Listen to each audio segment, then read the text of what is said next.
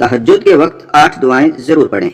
तहज्जुद की दुआएं कब कबूल होती हैं और तहज्जुद की दुआएं कबूल होने की निशानियां क्या हैं?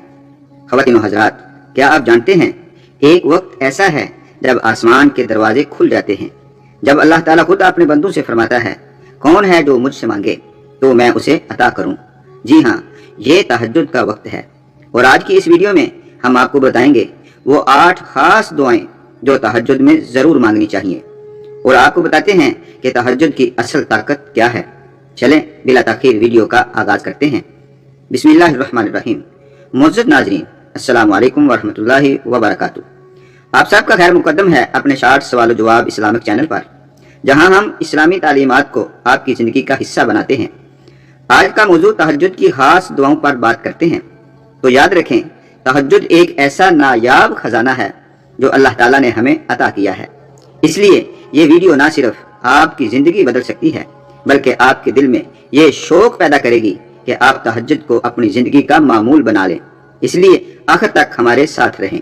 प्यारे नाज़रीन, आप तहज्जुद की अहमियत का अंदाज़ा इस बात से लगा सकते हैं कि तहज्जुद का वक्त अल्लाह ताला के खास कुर्ब का वक्त है और ये वो नफल इबादत है जो रात के आखिरी पहर में अदा की जाती है और कुरान और हदीस में इसकी बेहद फजीलत और अहमियत बयान की गई है। सुनिए कुरान पाक में तहज्जुद की अहमियत किस अंदाज में पेश की गई है। अल्लाह ताला ने सूरतुल इसरा में फरमाया है, तर्जुमा समाअत करें, और रात के कुछ हिस्से में तहज्जुद पढ़ा करो, यह तुम्हारे लिए एक इजाफी इबादत है।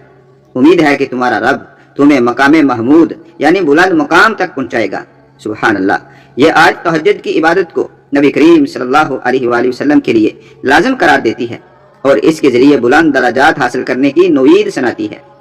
और हदीस मुबारका में तहज्जुद की फजीलत किस अंदाज में बयान की गई है। नबी करीम सल्लल्लाहु अलैहि वसल्लम ने फरमाया, रात का सबसे बेहतरीन वक्त तहज्जुद है, क्योंकि अल्लाह ताला रात के आखिरी पहर आसमान दुनिया पर नज़ुल फरमाता है और फरमाता है, कौन है जो मुझसे मांगे ताकि मैं उसे अता करूं, कौन है जो मुझसे मगफरत तलब करे ताकि मैं उसे माफ कर दूं। बहवाला सही बुखारी और सही मुस्लिम शरीफ। दोस्तों, आप सल्लल्लाहु अलैहि वसल्लम ने मजीद ये भी फरमाया, तहज्जुद का वक्त कुर्बे इलाही का वक्त है और इसमें मांगी जाने वाली दुआएं रद्द नहीं की जाती। बहवाला सही तिरमिज़ी शरीफ। ख़वातीन व हज़रात, कुरान पाक की रोशनी और हदीस मुबारक की रोशनी में तहज्जुद के रूहानी पहलू इस तरह सामने आते हैं। नंबर 1, बंदे को कुर्बे इलाही का मौका मिलता है, क्योंकि तहज्जुद वो वक्त है जब दुनिया सो रही होती है और इंसान अपने रब से अकेले में बात करता है। ये बंदे और अल्लाह के दरमियान एक खास ताल्लुक को मजबूत करता है। नंबर 2, दुआ की कबूलियत होती है। तहज्जुद के वक्त मांगी गई दुआएं कबूल होने के इम्कानात ज्यादा होते हैं, क्योंकि अल्लाह खुद बंदे से पुकार कर कहता है कि मांगो, क्या मांगना है, मैं अता करूंगा। नंबर 3, गुनाहों की माफी भी मिलती है, क्योंकि ये वक्त गुनाहों की माफी और रूह की पाकीज़गी का मौका फराहम करता है। तहज्जुद के जरिए इंसान तौबा करता है और अल्लाह जल्ल शानुहू की रहमत को पाता है।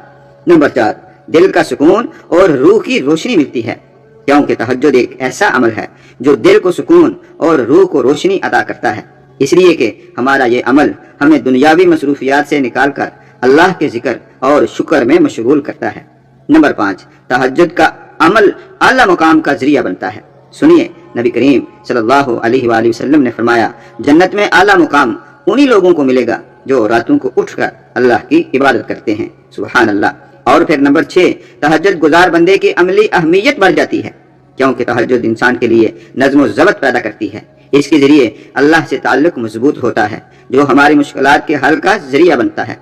प्यारे दोस्तों, ये जिंदगी के मकासद पर गौर करने और अल्लाह के साथ अपना रिश्ता इस्तेवार करने का बेहतरीन मौका है।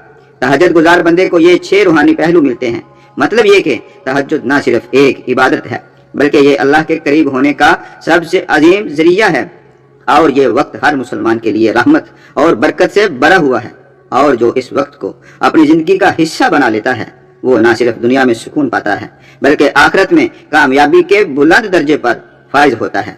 अब हम आपको तहज्जुद में मांगी जाने वाली 8 दुआएं बताते भी हैं और पढ़कर सुनाते भी हैं, ताकि आप अल्फाज की दुरुस्तगी करके सही अल्फाज में दुआ कर सकें। और अगर आपकी ज़बान पर अरबी दुआएं सही अल्फाज के साथ अदा नहीं होती, तो आप अपनी ही ज़बान में अल्लाह ताला से दुआएं मांग सकते हैं, क्योंकि अल्लाह ताला जल्ल शानुहू हर एक ज़बान जानता है। दुआ नंबर 1, सबसे पहले इस्तिगफार की दुआ मांगनी है। اللہم اغفر لی ذنبی کلہ، تاکہ ہمارے گناہ معاف ہوں اور اللہ کی رحمت ہمیں ڈانپ لے۔ نمبر 2، رزق کی دعا مانگنی ہے۔ اللہم ارزقنی من حیث لا احتسب، تاکہ اللہ تعالیٰ رزق میں اضافہ فرمائے۔ نمبر 3، ہدایت کی دعا مانگنی ہے۔ اہدنا الصراط المستقیم، تاکہ اللہ تعالیٰ ہمیں ہمیشہ صراط مستقیم پر چلنے کی توفیق عطا فرمائے۔ نمبر 4، بیماری اور دکھوں سے شفا کی دعا مانگنی ہے۔ اللہم اشفنی و عافنی، تاکہ اللہ تعالیٰ ہمیشہ آپ کو صحت و تندرستی والی لمبی عمر عطا فرمائے۔ نمبر 5، اولاد کے لیے دعا مانگیں۔ رب حب لی من لدنک ذریۃ طیبہ۔ اس کا فائدہ یہ ہوتا ہے کہ اگر آپ کی اولاد نہیں ہے تو اللہ سبحانہ و تعالیٰ نیک اولاد پیدا فرمائے گا، اور اگر اولاد موجود ہے تو اللہ سبحانہ و تعالیٰ اولاد کو نیک بنائے گا۔ نمبر 6، امت مسلمہ کی بھلائی کی بھی دعا مانگیں۔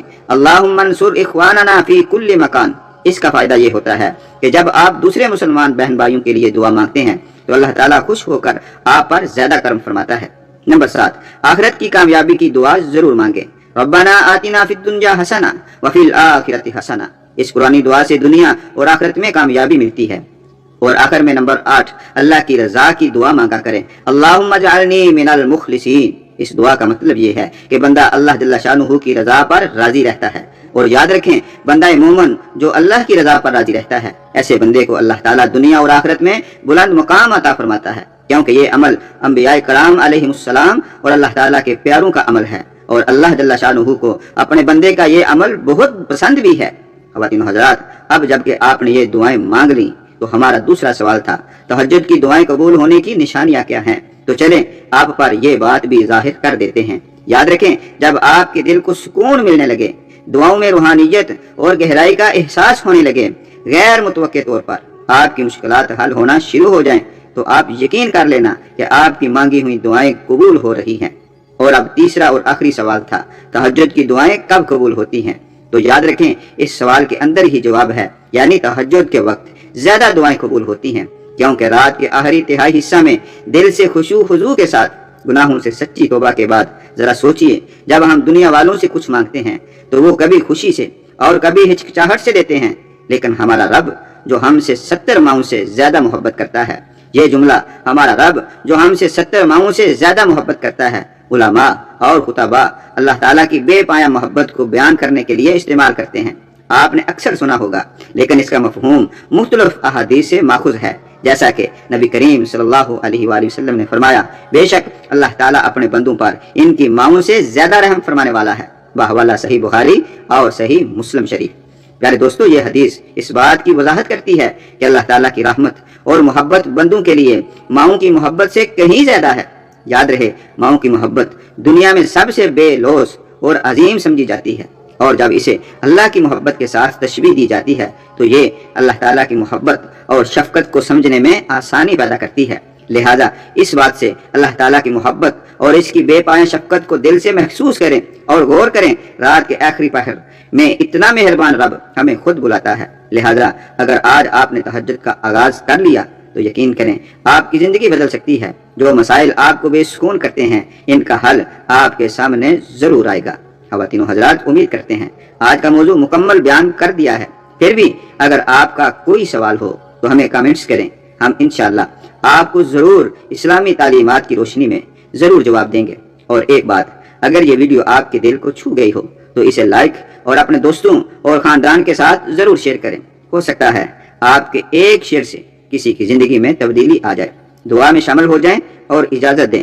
دعا ہے اللہ کریم ہم سب کو صراط مستقیم پر چلنے کی توفیق عطا فرمائے، اور آپ کو ہمیشہ صحت و تندرستی والی لمبی عمر عطا فرمائے، اور آپ کی دعائیں قبول فرمائے۔ آمین ثم آمین۔ ملتے ہیں انشاءاللہ نیکسٹ ویڈیو میں۔ اپنا خیال رکھیے گا۔ السلام علیکم۔